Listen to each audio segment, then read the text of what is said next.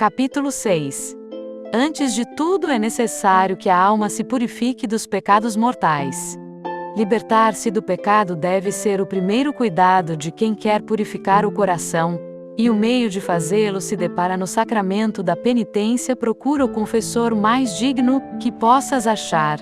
Toma um desses livrinhos próprios para ajudar a consciência no exame que se deve efetuar sobre a vida passada, como os de Granada, Bruno, Érias, Auger.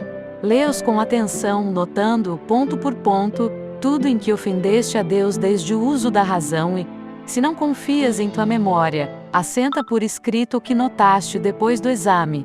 Detesta e abomina os pecados cometidos, pela contrição mais viva e perfeita que pôde suscitar em ti, em considerando estes motivos valiosíssimos, que pelo pecado perdeste a graça de Deus, abandonaste os teus direitos sobre o céu, mereceste as penas eternas do inferno, e renunciaste a todo o amor de Deus. Já vês, Filoteia, que te estou falando da confissão geral de toda a vida, mas digo francamente, ao mesmo tempo, que não a julgo sempre de uma necessidade absoluta. Contudo, considerando a sua utilidade e proveito para o começo, aconselho-te encarecidamente. Acontece não raras vezes, que as confissões ordinárias de pessoas que levam uma vida negligente e comum são defeituosas e mal feitas. Não se preparam nada ou quase nada. Não têm a contrição devida. Confessam-se com uma vontade secreta de continuar a pecar, ou porque não querem evitar as ocasiões do pecado, ou porque não querem envidar todos os meios necessários para a emendação da vida. E nesses casos uma confissão geral torna-se necessária para assegurar a salvação. Além disso, a confissão geral nos dá um conhecimento mais perfeito de nós mesmos, nos enche de uma salutar confusão em vista de nossos pecados, livra o espírito de muitas inquietações, tranquiliza a consciência, excita-nos a bons propósitos, faz-nos admirar a misericórdia de Deus, que nos tem esperado com tanta paciência e longanimidade. Abre o fundo de nossa alma aos olhos do nosso Pai espiritual, de sorte que este nos possa dar avisos mais salutares. Facilita-nos a confessar futuramente os pecados com mais confiança. Tratando-se, pois, Filoteia, de uma renovação completa de tua vida e de uma conversão perfeita de tua alma a Deus, não é sem razão, a meu ver, que te aconselho fazeres uma confissão geral. Capítulo 7. Em seguida, é necessário purificar a alma de toda afeição ao pecado. Todos os israelitas saíram do Egito, mas muitos deixaram lá o seu coração preso. Por isso é que no deserto se lhes despertaram desejos das cebolas e viandas do Egito. Assim também há muitos penitentes que efetivamente saem do pecado, porém não lhe perdem o afeto. Quero dizer, ele se propõe não recair no pecado, mas com uma certa relutância e pesar de abster-se de seus deleites ao coração os denuncia e afasta de si, mas sempre tende novamente para eles. À semelhança da mulher de Ló, que virou a cabeça para Sodoma, privam-se do pecado, como os doentes dos melões.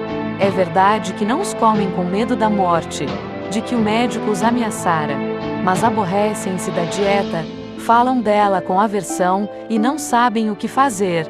Ao menos, querem cheirá-los muitas vezes, e têm por ditosos os que os podem comer. Eis aí um retrato fiel dos penitentes fracos e tíbios. Passam algum tempo sem pecado, mas com pesar. Muito estimariam poder pecar, se não fossem condenados por isso. Falam do pecado com um certo gosto que o vão prazer lhes proporciona.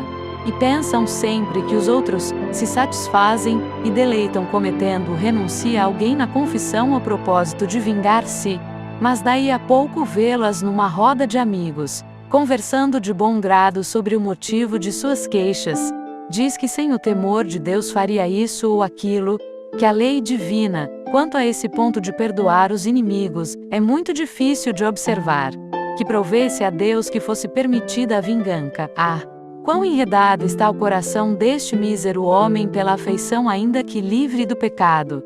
E quanto se assemelha aos israelitas de que falei acima, é isso exatamente o que devemos dizer também daquelas pessoas que, detestando seus amores pecaminosos, conservam ainda um resto de prazer em familiaridades vãs e em demonstrações demasiado vivas de acatamento e amizade. Ó, que perigo imenso está correndo a salvação destes penitentes!